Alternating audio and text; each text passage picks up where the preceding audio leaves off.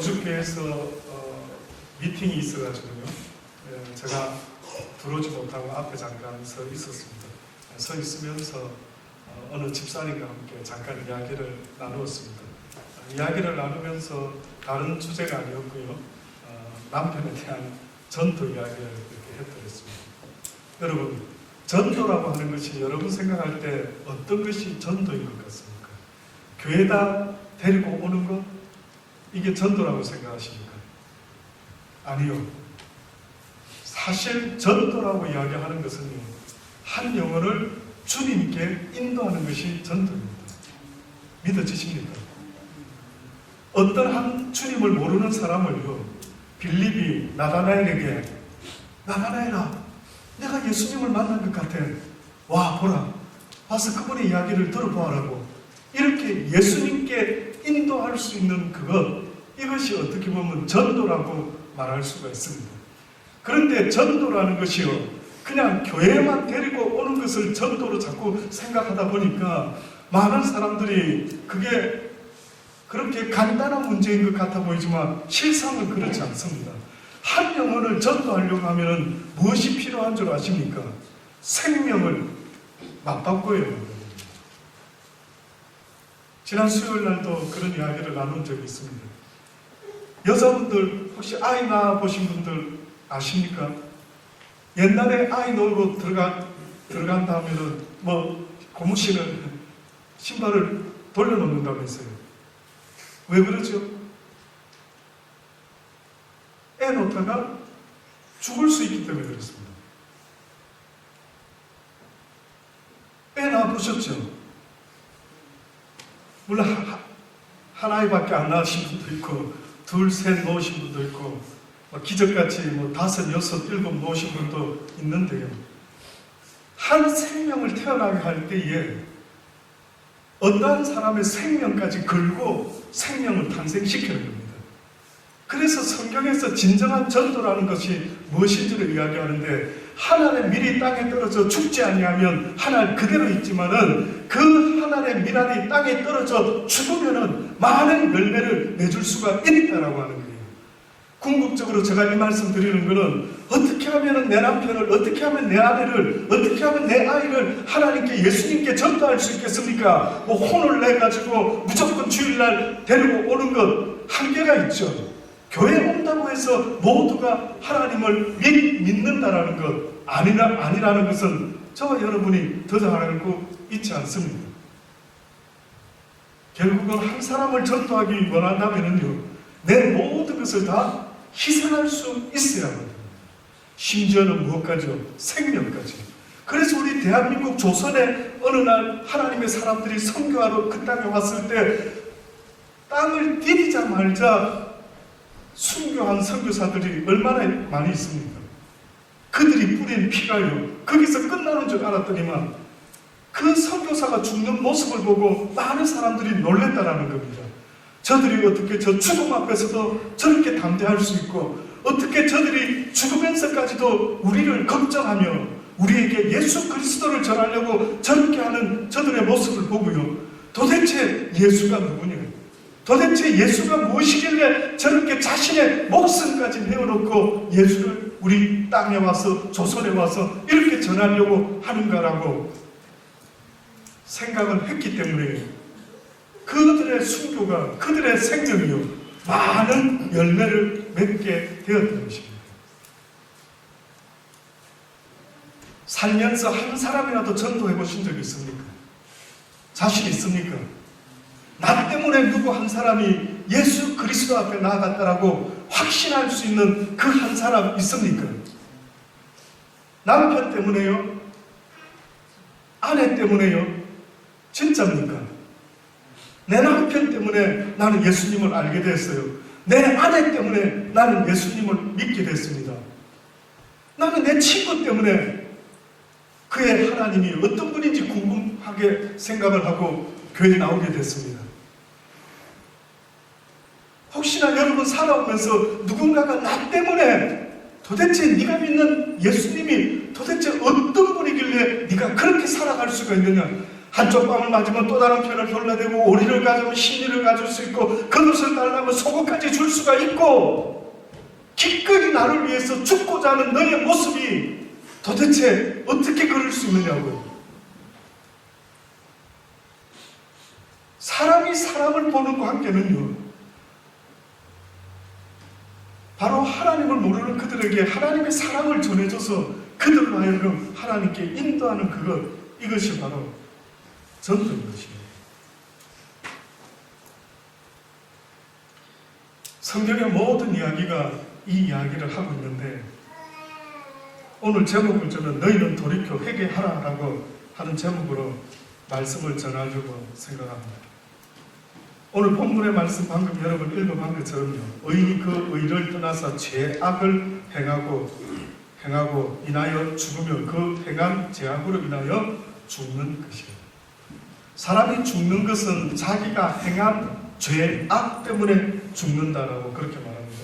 만일 악인이 그 행한 악을 떠나고 그 다음에 법과 의를, 하나님이 기뻐하는 법과 의를 행하면 그 영혼을 보전하리라.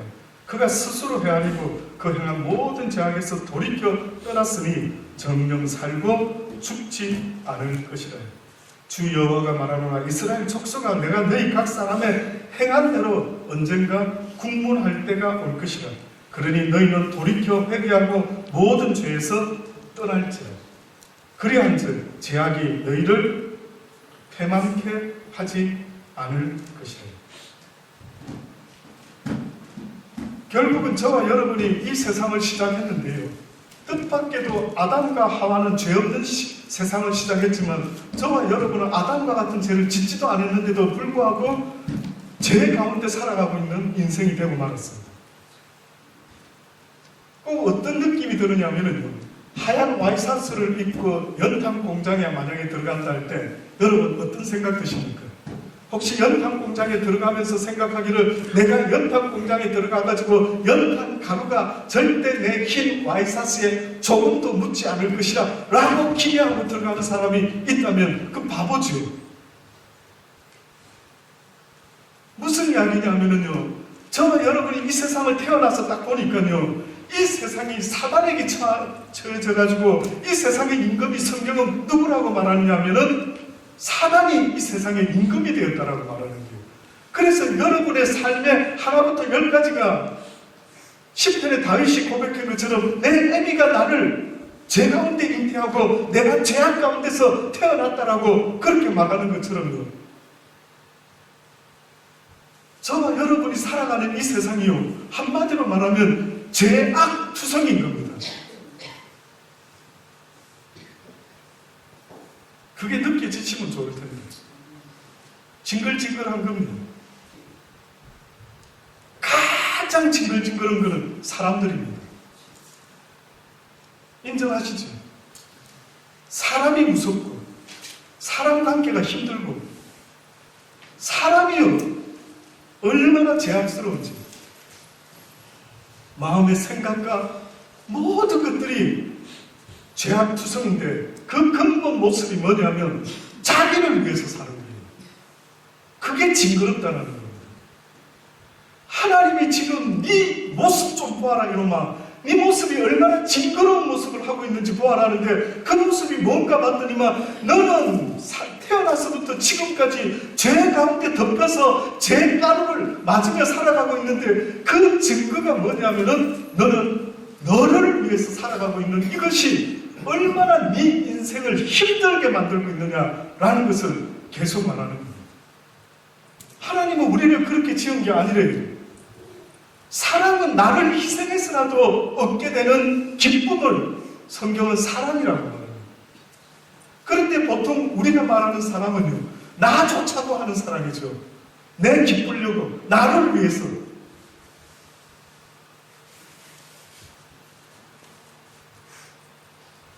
그래서 성경의 선지자들이 이 땅에 와서 했던 이야기들은 바로 그와 같은 이야기들이었습니다. 예를 들어 마태복음 23장 29절로부터의 말씀에 보면 화 있을진즉 외식하는 서기관과 바리새인들이여, 너희는 선지자들의 무덤을 쌓고 의인들의 비석을 꾸미고 가로되 만일 우리가 조상 때에 있었더라면 우리는 저희가 선지자의 피를 흘리는데 참여하지 아니하였으리라니. 그러면 너희가 선지자를 죽인 자의 자손됨을 스스로 증거하는 것이라. 너희가 너희 조상의 양을 채우라. 뱀들아, 독사의 새끼들아, 너희가 어떻게 지옥의 판결을 피하겠느냐. 그러므로 내가 너희에게 선지자들과 지혜 있는 자들과 서기관들을 보내매 너희가 그 중에 더러는 죽이고 십자가에 못 박고 그 중에 더러는 너희 회당에서 채찍질하고 이 동네 저 동네로 꾸박하였다.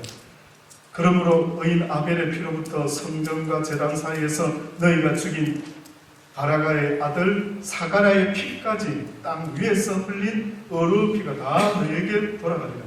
내가 진실로 너희에게 이르노니 이것이 다 이 세대에 돌아가리라.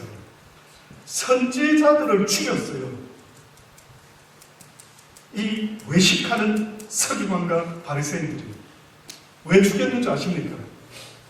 너희들 그렇게 살면 안 된다라고 지적을 했기 때문에 그렇습니다.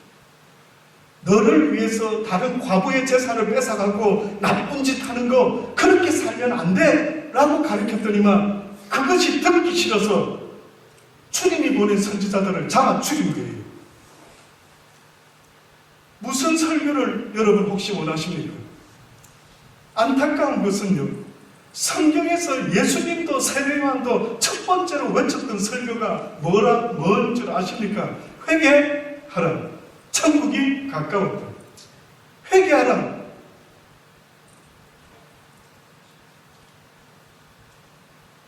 너희의 잘못된 삶에서 돌아서라라고 지금도 말씀하고 있는 거예요.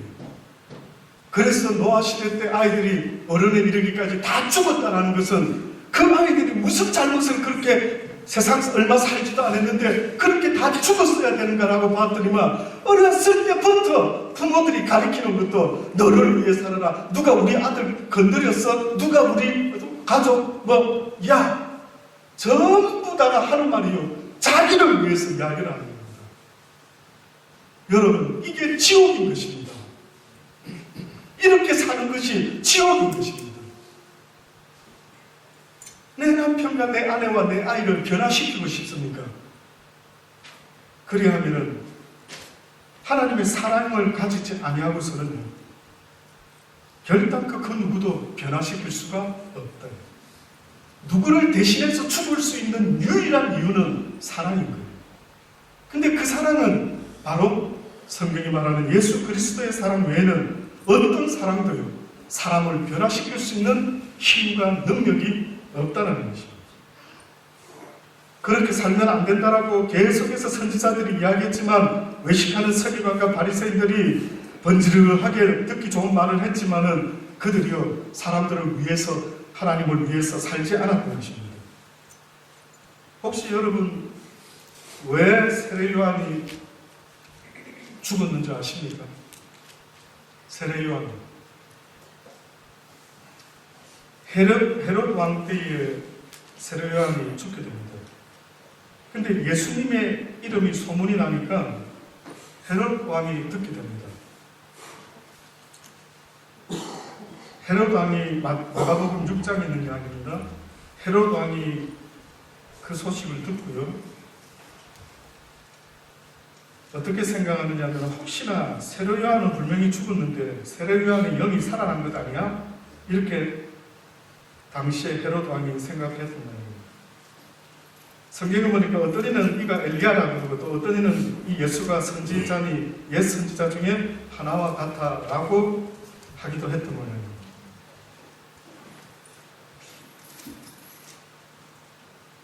또 18절로부터 보면은 이렇게 설명을 하고 있습니다. 요한이 헤롯에게 말하되 동생의 아내를 취하는 것이 옳지 않다. 요한이 목베임을 당하고 죽게 된 이유가 무엇에 있었느냐 하면요, 당시에 헤롯 왕이 동생의 아내를 취했던 거예요. 헤로디아라는. 그래서 요한이 이야기를 한 겁니다. 동생의 아내를 취하는 것은 옳지 않다. 그렇게 살아서는 안 된다. 라고 지적을 했던 거예요. 그래서 헤롯이 요한을 옥에 가두게 되긴 했지만은요, 성경에 보니까 헤롯이 요한을 어렵고 거룩한 사람으로 알고 두려워하여 보호하며 또 그의 말을 들을 때에 그에게 번민을 느끼면서도 달게 들으니라. 그래서 죽게 되었습니다. 헤로디아의 딸이 파티를 하면서 춤을 췄더니만 너무 잘 춰서 헤롯이 그냥 기분 좋은 김에 야, 무엇이든 구하라. 그러면 내가 세상에 내 나라 반을 줄 수도 있다. 그 애미에게 이야기했더니 그 애미가 하는 말이 세르요한의 목을 달래라. 그래서 세르요한이 목이 잘려서 소반에 담겨가지고 그렇게 죽게 되었던 겁니다.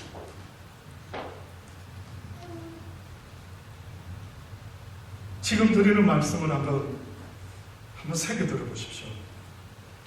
마태복음 21장에 이때까지 우리가 수만 번 들어왔던 비유가 있습니다.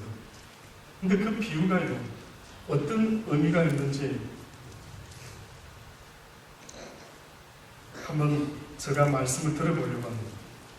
마태복음 21장 33절로부터 보면은 우리가 잘 아는 비유가 있는데 어떤 비유가 있느냐 하면 한 집 주인이 어느 날 한 집의 주인이 포도원을 만들고 산후를 두르고 거기 즙자는 부위를 파고 망대를 짓고 농부들에게 새로 주고 타국을 갔더라.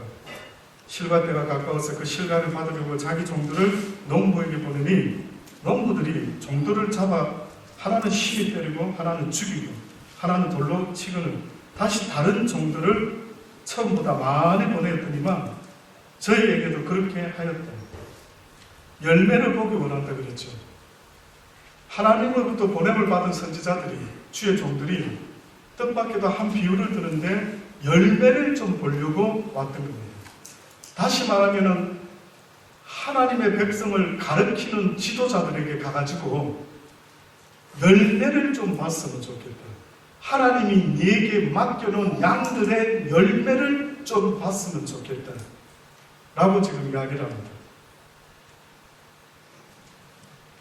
그런데도 그네들이 죽이고 돌로 치고 해서 주인이 할 수 없어서 자기 아들을 보내면서 생각하기를 내 아들은 공경하겠지.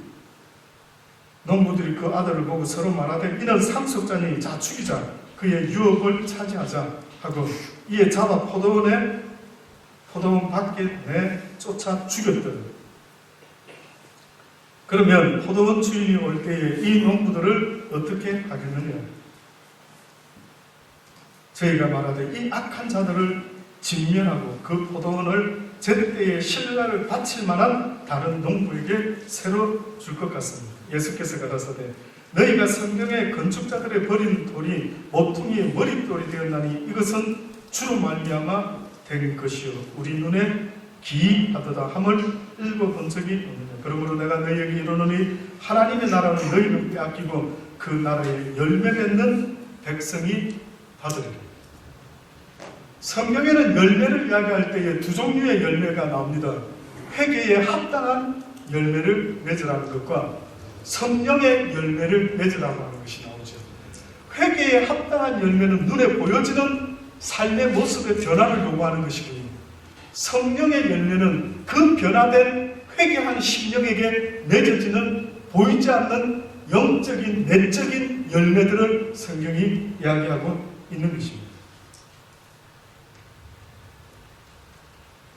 결국은 예수님도 우리에게 열매를 보자는 거예요.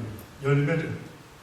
여러분, 세례요한이 복음을 전할 때에 뭐라고 외쳤습니까? 회개하라, 천국이 가까웠어요. 너희가 회개에 합당한 열매를 맺고 속으로 내가 아브라함의 자손이라고 하는 말은 제발 멈춰라라고 그렇게 이야기를 하는 것입니다. 그랬을 때 사람들이 듣고 깨달음을 가지고 와서 그러면 우리가 어찌하면 좋을 거라고 했을 때 뭐라고 이야기하던가요? 세례요한이 말하지 않습니까? 너희들이 가지고 있는 두 버릇이 있으면 나누라고.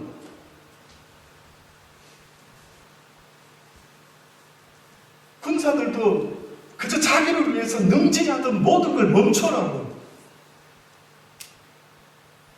그렇게 하지 말라는 겁니다.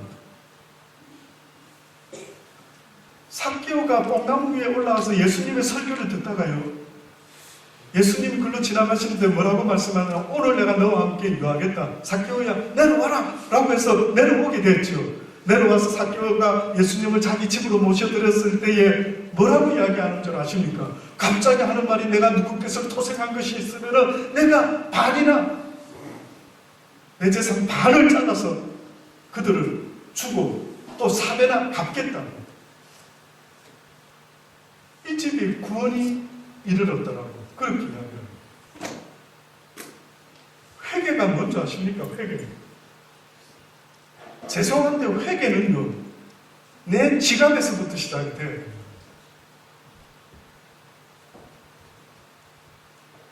어느 날 부자 관원이 예수님을 찾아왔습니다.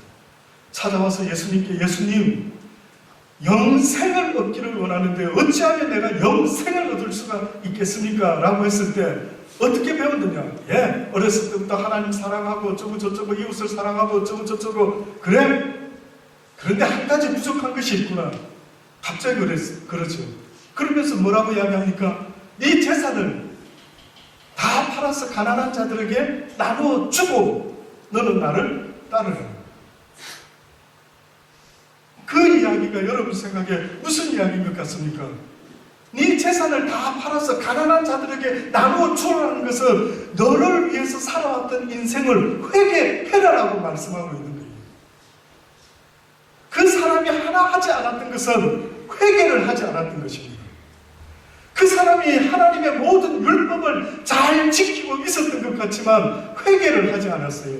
사랑하는 여러분, 지금 이 시간에도 수많은 사람들이요, 예수를 믿노라고 하고 있지만은 예수를 처음에 알게 되었을 때 일어나는 현상은요, 예수님을 믿게 되었다라고 말하는 그 증거 첫 번째가 무엇인 줄 아십니까? 그것은 바로 회개함으로 시작이 되어야 되는 겁니다. 회개하지 않은 크리스찬들이 교회에 있다 보면은요, 언젠가는 다투게 되는 것입니다. 언젠가는 자기가 옳다라고 이야기하는 것입니다.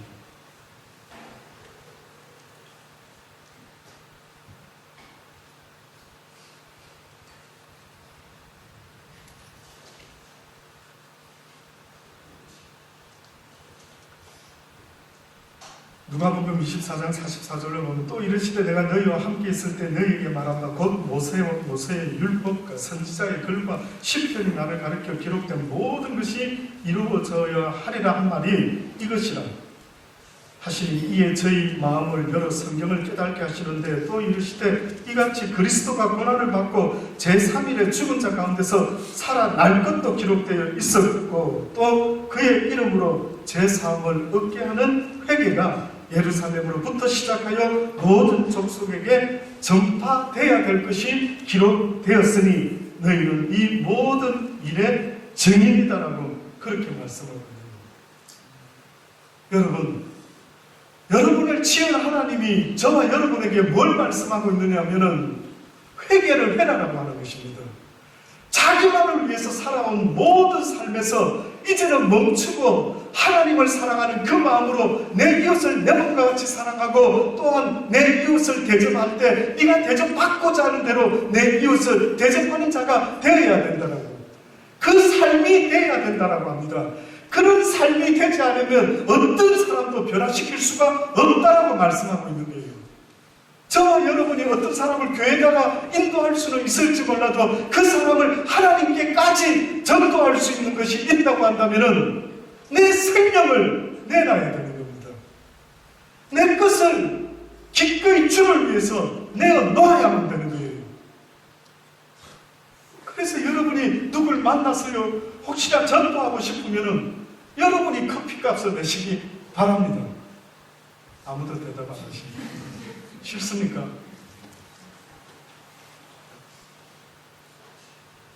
식사를 하게 되면 여러분이 식사값을 내시기를 주의 이름으로 권면합니다. 별로 이런 설교는 아멘이 잘 와닿지 않습니까? 그 누구도 우리는 사람을 변화시킬 길이 없어요. 근데 유일하게 변할 수 있는 길이 있다면 누군가에게 뭐 얻어먹을 때 조금 우리는 반응합니다. 저는 저희 교회 옛날에 어느 노처녀가요, 동생 때문에 호주에 와서 잠깐 지내는 동안에 저희 교회에 나오게 됐어요. 그런데 그때 당시에 어떤 돈 많은 젊은 청년이 중고차였지만 타라고를 교회 차로 도네이션을 한 거예요. 헌금을 한 거예요. 너무 고맙더라고요. 근데 알고 보니까 이 돈이 자기 아버지 모르게 삥땅 해가지고 막 쓰다가 막 교회에다가도 양심상 내가 뭐 좀 좋은 일 한번 하자 이래서 뭐 한 것 같아요. 근데 막 아버지 돈을 너무 쓰다 보니까요, 아버지가 다 채워놔라. 근데 이 아들이 채워놓을 길이 없는 거예요. 근데 보니까 교회에 타락은 남아있거든요. 그러니까 이 타락을 달라 해가지고 채워야 되겠다 어느 정도 생각을 했는지 어느 날 저한테 와서 그러는 거예요. 목사님 죄송한데 드렸던 타락을 다시 줬으면 좋겠다고. 저는 살면서 목회를 하면서 이런 경험을 처음 겪거든요. 그래서 제가 이럴 때 어떻게 해야 되지? 어느 목사님을 찾아가서 여쭤봤어요. 제가 웬만해서는 그냥 그렇게까지 언론해보지는 않는데 이런 경우 어떻게 하면 됩니까?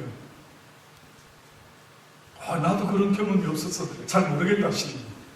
그래서 고민을 하다가 제가 돈 많은 당시에 어느 젊은 부부 집사님을 찾아갔어요. 찾아간 게 저희 집으로 좀 친하기 때문에 왔었더랬죠. 그때 조심스럽게 이야기했어요.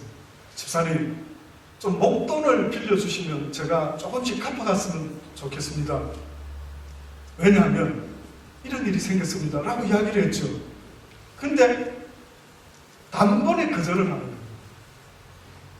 그때 제가 배운 것 하나, 이제 앞으로 어려운 일이, 어떤 어려운 일이 있어도 사람에게 언론하지 아니하리라.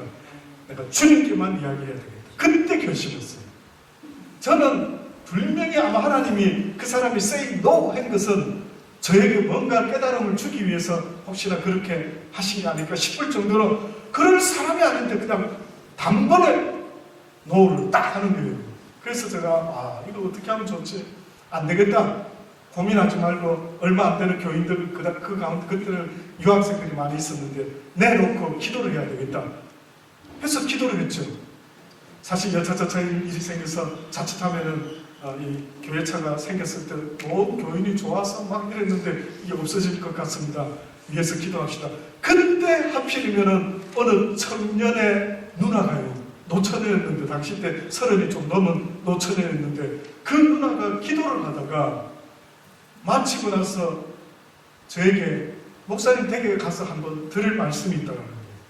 그래서 와가지고 뭐라고 이야기하냐면 제가 시집 가려고 모아놓은 돈이 조금 있는데 이걸로 그 교회 차값을 대신했으면 좋겠다고 세상에 그렇게 말하는 것 아닙니까? 제가요 너무 놀랬던 거예요. 그래서 제가 또 다시 내놔라고 할까봐 겁이 나가지고요 그 자매한테 이렇게 했습니다. 반식하자고. 내가 한번 당했기 때문에 반식했으면 좋겠다. 너무 부담될 수 있으니까 자매님 그저 반만 저하고 나눠서 합시다. 그랬죠. 그랬더만 그 자매가 고집이 있더라고요. 아니라고, 괜찮다고. 이건 내가 알아서 하면 된다고. 왜냐면 기도 중에 하나님이 그런 마음을 줬기 때문에 내가 하겠다고 세상에 그러면서 그 차를 도네이션을 했더니, 그래서 제가 얼마 전까지 20여 년 동안 그 차를 썼어요. 고치고 또 고쳐가면서 그렇게 차를 썼습니다. 근데 너무 놀라운 거 있죠.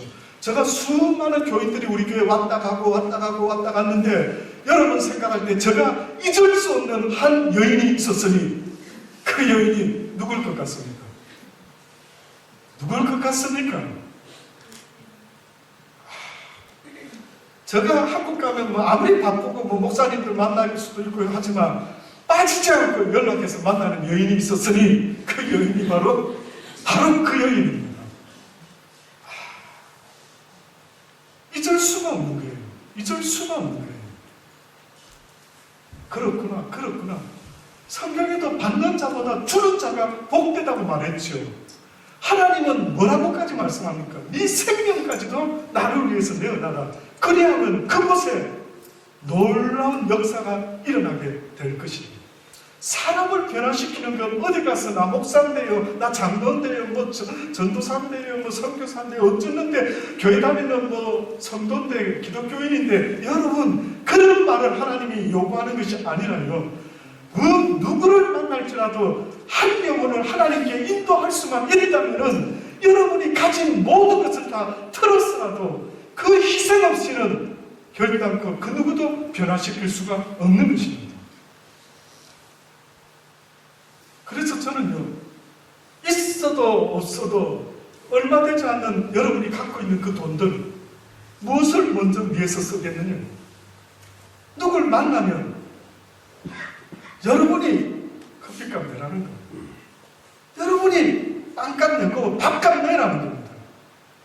나는 뭐 없으니까, 어려우니까 언제까지 그렇게 살다가 인생 끝날랍니까? 없어도 폼나게 주의 이름으로, 주님이 대접하는 걸 좋아한다 그러셨지, 주의 이름으로 대접하자. 지난 시간에 뭐 들었습니까? 주의 제자의 이름으로 소자 하나에게 냉수 한 그릇 대접하는 것도 하나님께서 잊지 아니하겠다라고 그렇게 말씀한 것 아닙니까? 저는 이곳에 있는 저와 여러분이요, 이 시드니 땅에서부터 저 사람들은 어떻게 저렇게 살아갈 수 있지?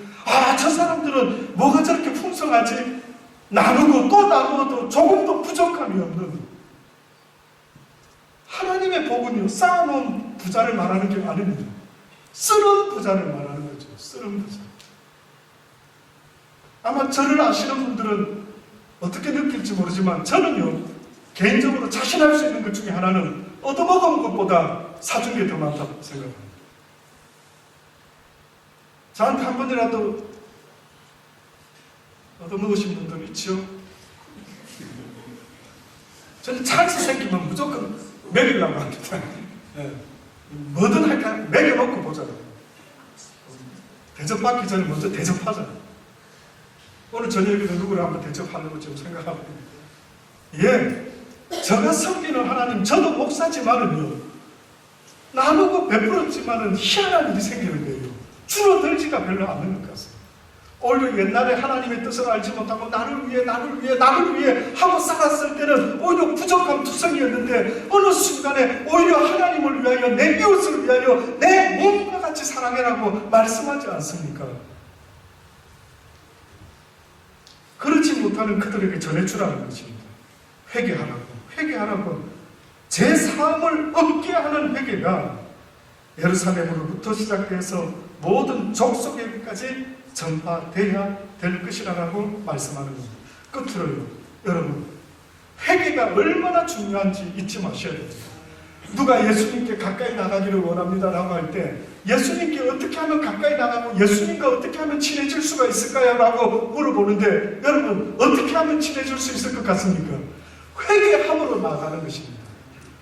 우리는 이 세상에서 죄 안 짓고 싶어도 연탄 공장에 와이셔츠 입고 들어간 것처럼 늘 연탄 죄가 날리고 있어요. 늘 안 좋은 소리 듣고 늘 사람을 미워할 수밖에 없고 정죄할 수밖에 없고 판단할 수밖에 없는 이런 소리를 들으면서 살아가다 보면 나도 모르게 똑같이 죄를 짓게 되고, 이것이 이 땅의 우리의 모습입니다. 그래서 오히려요, 날마다 잊지 말고 해야 될 게 있다면 회개의 기도인 것입니다. 돌아보세요. 오늘도 하나님, 그 사람을 만났을 때 내가 커피 사줄걸? 여러분, 죄 짓지 말라라는 것도 죄가 되지만은요, 하나님께서 해라고 하는 것을 하지 않을 때도 죄가 된다는 것 왜 모르십니까? 왜 모르십니까? 나쁜 거 하지 말아야지, 하지 않으면 하나님이 그것을 기뻐하는 줄로만 알고 있는데, 그것은 반쪽 이야기밖에 안 되는 겁니다. 해야 될 일을 하지 않으면 안 된다고 하나님은 말씀하고 있는 건데, 이것이 바로 그러지 못할 때마다 회개하는 심령을 가질 수 있어야 되는데, 오늘 이 말씀을 드리고 이제 마치려고 합니다. 누가복음 23장 39절로부터 말씀해 보면 한편 강도 이야기가 나옵니다. 예수님과 함께 두 강도가 십자가에 달려져 죽게 되었죠. 그때에 달린 해각자 중에 하나가 비방하여 가로되, 이렇게 비방합니다. 내가 그리스도가 아니냐? 너와 우리를 구원할 구원하라 하되 또 한 사람은 그 사람을 꾸짖어 가로되 내가 동일한 정죄를 받고도 하나님을 두려워하지 아니하느냐. 네가 동일한 정죄를 받고 네가 죄를 지었기 때문에 이제 죽게 된 이 동일한 정죄를 받고도 어찌하여 네가 두려워하지 않느냐.